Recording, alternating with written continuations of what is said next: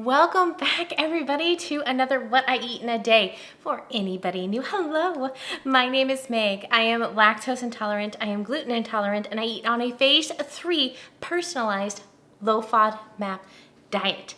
Now, I have already made breakfast, these delicious looking little muffins. We will go ahead and I'll show you guys how I made these, and then we will give them a try. For breakfast, I made these super summery strawberry muffins. Now, the original recipe calls for buttermilk, which I do not have, so I put a little bit of milk with a little bit of vinegar. To simulate that, it's 1 cup milk to 1 tablespoon vinegar, if you're curious on the ratio. And then time to cream my sugar. I used shortening instead of butter and added the sugar into my bowl, put it into my mixer until it became nice and soft. Added in the egg and mixed that up until it was all combined. And then I measured out a little bit of vanilla by heart because that's just how I measure vanilla. And I continue to mix that until combined. Now to measure out all of the dry ingredients, including the gluten-free flour, the leaveners, a little bit of cinnamon, which I love the idea of this. And then I just mixed it quickly to get everything thoroughly combined. And I also chopped up a couple of strawberries roughly. I slowly added in the dry ingredients into the wet ingredients, mixed them until they were just combined. And then I added in the milk. And once that was all mixed together, I added the strawberries to the bowl and quickly folded those in. I then scooped out the batter into my greased muffin tin and did my absolute best to try to smooth out the tops of them before throwing them into the oven to bake. And then I cooked them until they were beautiful golden brown and the red of the strawberries really pops. So pretty.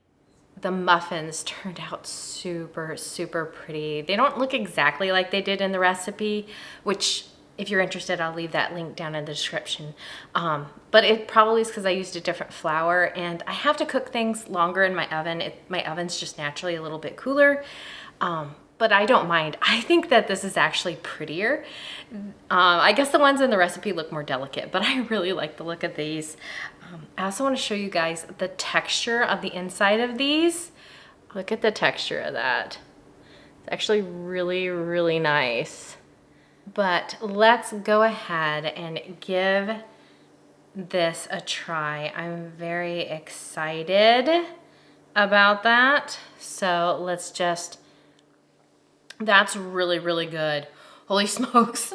I was afraid it might be too sweet for me, but I mean, it's just a little bit. It's a little bit sweeter than I normally make my muffins, but it's actually really, really good. I think even my husband, Mike, will eat these. He's not like, he doesn't have any food intolerances like I do, and I think he will eat these without complaint. Wow. Wow, these are really, really good. I mean, these are definitely a splurge. Not something I probably should be eating all the time, but it's a fun little recipe to use up some of the strawberries that I had sitting around. So I'm very excited. I'm gonna go enjoy my breakfast and I will see you guys back for lunchtime. It is now lunchtime and I was kind of looking through my fridge and at the recipes I had on my phone, and I think I found something that's going to work. Number one, I have some chicken drums that I got on my last grocery shopping trip. So I'm thinking about just putting salt, pepper, maybe a little bit of paprika and throwing these in the air fryer really quickly and having some air fried chicken drums. And on the side, I also got a head of red leaf lettuce. I have a little bit of orange left from what I had for breakfast. And also probably the saddest little avocado. Oh my gosh. I'm hoping that there is some salvageable goodness in there. But these are all the ingredients that I really need for this avocado orange salad that I found. I'm very interested in trying. So I'm gonna get the chicken drums in the air fryer really, really quickly and then get the salad and the dressing put together. For lunch, I made this orange and avocado salad with a homemade vinaigrette and a paprika air-fried drumstick. For my drumsticks, I'm going to cover both sides in a good helping of salt, fresh cracked pepper, and a bit of smoked paprika. before placing them in my air fryer basket. I cooked it in my air fryer at 380 for 16 to 20 minutes, just depends on your air fryer, or until they reach 165 internally. Now, oranges are super high in FODMAPs for me, so I carefully measured out a quantity that I could have and removed the rind before cutting it up into thin slices and then pulling apart the little sections. I also measured out carefully a little bit of orange juice for the dressing, added some oil to that, a little bit of red wine vinegar, some Dijon or seeded mustard, and of course a good pinch of salt and some fresh cracked pepper. And then I mixed it quickly to emulsify. For the lettuce, I was just super lazy and tore apart the leaves with my hands. Added some sliced red onion, but low FODMAP friends, you can do green onion. Added in the orange slices with the little bit of avocado that I was able to salvage. Topped it with a couple of spoons of this vinaigrette that I made. And then quickly tossed a salad so everything would be covered in this delicious dressing. And finished off the salad by topping it with a little bit of pumpkin seeds, and then put my cooked drumstick on the side. There is the final salad and chicken. This chicken recipe, like just simple, is how I make my chicken a lot of the time. Because I want it to be quick and easy, and that is super, super easy. What I'm very interested in is trying this orange salad. I'm very, very excited for it. Yeah, because I've never had like a homemade orange vinaigrette before. It sounds super, super good. So there is the bite. I'm going to try it without the orange first, just to give like a sample of the orange vinaigrette to see how it is.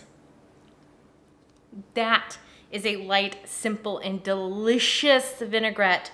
So nice and fresh. Oh my gosh, I'm definitely going to be making that one again. So I'm going to enjoy my simple, light, delicious lunch, and I will see you guys at dinner time.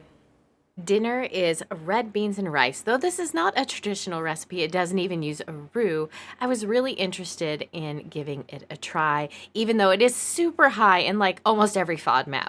I also wanted to try cooking it in my slow cooker, even though the original recipe was for stovetop, just to see if I could do it, because it would be a lot easier than watching it over the stovetop. I started off by slicing up some green bell pepper and giving it a really fine chop, as well as some onion. I do have to skip out on the celery in the Holy Trinity, though, as it is very high in FODMAPs for me. You might even have to skip out on the onion if that is something that's high in FODMAP for you as well. And garlic, I minced up a little bit of that. That is also super high in FODMAPs. So you might have to skip out on that as well and use garlic or onion infused oil instead. Now I added my oil to my Instant Pot and put the minced up garlic, peppers, and onions into it to saute. And I let those cook for a few minutes before adding my soaked red beans into the pot. Now the recipe also calls for vegetable stock, which I do not have. I do have chicken bouillon, so I measured out enough of that and water to compensate for the stock in this recipe. And then added in the herbs and spices that the recipe calls for. Gave everything a quick mix before adding on my lid and cooking it in slow cooker on high for 4 hours. Now, at the 3-hour mark, I decided to check on my beans, and unfortunately, they were nowhere near done. So I ended up turning it on to the lowest saute setting that my Instant Pot has and letting that go for about 30 minutes. And it turned out perfect. I went ahead and scooped myself up a serving and added some rice to the top. And then can't forget to add a good sprinkle of green onions to make it pretty, because it has to be pretty.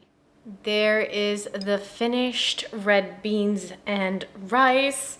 I was hopeful that it would all be able to cook in the slow cooker in the time, but unfortunately, as you guys saw, it did not. But it thickened up really nice, only boiling it for an additional 30 minutes, so pretty happy with that. It's still pretty easy, but let's go ahead and give this a try. I know it's not, like I said, an authentic recipe, but I'm hopeful that it will still be good. So there is the bite. I got a little bit of rice with it.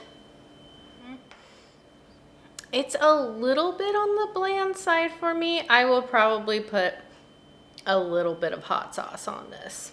Matter of fact, I'm gonna do that right now and give it a retry. So add just a few little dribbles of this over the top.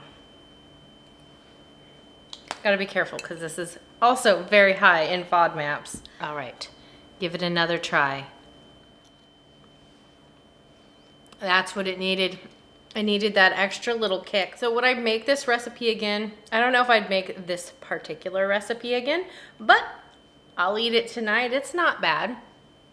But that will be it for me for today. If you guys enjoyed today's video, don't forget to give it a thumbs up. All of the recipes will be down in the description box if you're interested in any of them.